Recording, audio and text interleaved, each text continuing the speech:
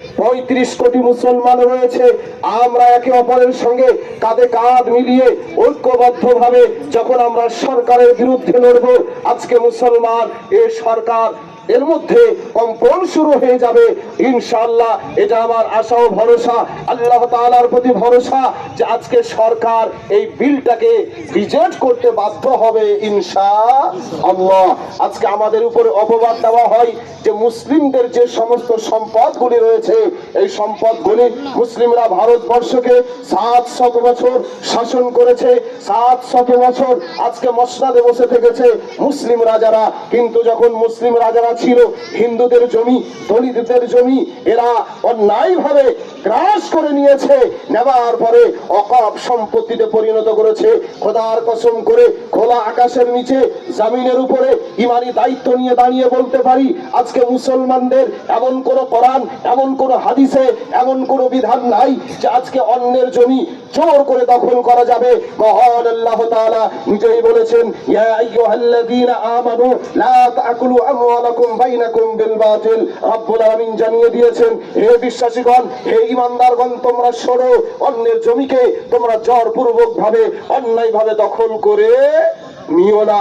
এটা হচ্ছে কোরআনের ফর্মুলা। তাই ইমানি দায়িত্ব আপনাদেরকে বলতে চাই যে কোন মুসলমান রাজা বাদশা অন্যের জমিকে দখল করে নেয়নি। হে মুসলমান, আজকে অকপ সম্পত্তি যেগুলো আল্লাহর রাহে আছে, এই জমি বিক্রি করা যাবে না, কেউ কিনতে পারবে না। আল্লাহর রাহে আছে, আল্লাহর রাহেই থাকবে।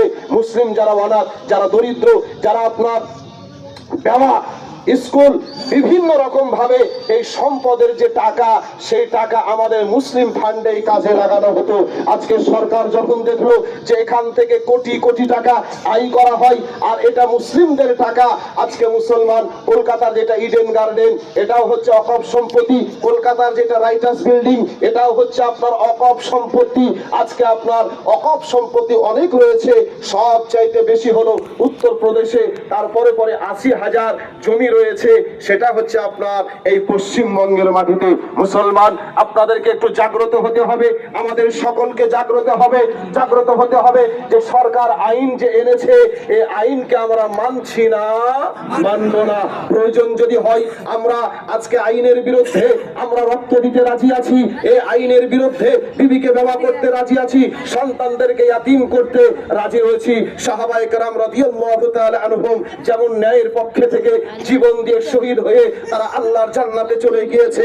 তাই আপনাদেরকে বলতে চাই, আজকে খালিদ, আজকে ওমর, সাইফুল্লাহ যারা আল্লাহর রাহে শহীদ হয়ে গিয়েছে, আজকে মুসলমান তাদের মতো সিংহের ন্যায় আমরা গর্জন করে শুধু মুর্শিদাবাদের কুঠিয়ার মাটিতে নয়, প্রয়োজন হলে কলকাতা এবং দিল্লি পর্যন্ত যেতে আমরা রাজি আছি, আমরা রক্ত দিতে রাজি আছি, কিন্তু আইনকে মেনে নিতে আমরা রাজি নয়। এ মুসলমান,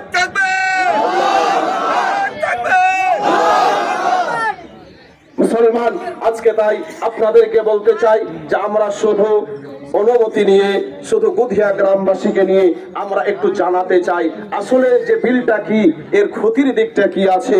আজকে আসুন, আপনারা অনেকেই দেখেছেন যে আইনটা পাশ হওয়ার পরে অনেক জায়গাতে লাশ নিয়ে দাঁড়িয়ে আছে, কবরস্থানে বলছে মাটি দেওয়া যাবে না, কারণ তো বলছে এটা সরকারি। দেখেছেন না, দেখেন না অনেকে? আজকে কালকে যখন একটা জায়গাতে ঘটেছে, আজকে পরশুদিন আমার কাছে আসবে, আসার পরে বলবে মসজিদটা অবৈধ, মাদ্রাসা অবৈধ, কবরস্থান অবৈধ, ঈদগাহা অবৈধ। একটা জিনিস মনে রাখবেন যে একটা গাছ যখন ছোট লাগানো হয়, ওই গাছটাকে উপড়ে ফেলা খুব সহজ হয়ে যায়, কিন্তু ওই গাছটা যখন জড় শিকড় ছেড়ে দেয়, দেওয়ার পর যখন বড় হয়ে যায়, কুড়াল ছাড়া তাকে কাটা সম্ভব হয় না। তো মনে রাখবেন, সবে গাছটা এখন ছোট, এখন উপড়ে ফেলা সম্ভব আছে, আর গাছটাকে যদি আমরা বসতে দিয়ে দিই তাহলে কিন্তু উপড়ে ফেলা সম্ভব নয়। মুসলমান, যাই হোক, আলোচনার সামনে নিচ্ছি না, অনেক কিছু কোরআন হাদিস থেকে বলা ছিল আইনের বিরুদ্ধে। আজকে আসুন যে আমরা এখানে এসেছি, আলহামদুলিল্লাহ আমাদের আশাতে আমরা এটাই জানাতে পারলাম, আমাদের ইমানি জোশ আছে, আর এটা হচ্ছে আমাদের মুসলিমদের সম্পত্তি। নামাজ পড়া যেমন ফরজ, এই সম্পত্তিকে সংরক্ষণ করাও হলো তেমন ফরজ। এই উদ্দেশ্য নিয়ে আমরা এসেছি। আল্লাহ তাবারক তাআলা আমাদের আশাকে এবং আমাদের পদযাত্রাকে, সভাকে যেন কবুল করেন, এবং আমাদের যে মনের আশা আকাঙ্ক্ষা, কালাকানুন আইন যে ওয়াকফ বিল, এটা বাতিল করা হোক সরকারের কাছে, এটা আমরা বারবার করে জানাতে চাই গণতান্ত্রিক পদ্ধতিতে। তাই আমরা এখানে সকলে সমবেত হয়েছি। সকলকে জানাই ধন্যবাদ, সকলকে আন্তরিকভাবে ধন্যবাদ জানাই যে এই রোধের মাধ্যমে আপনারা বহু কষ্ট করে এখানে এসেছেন। আলহামদুলিল্লাহ।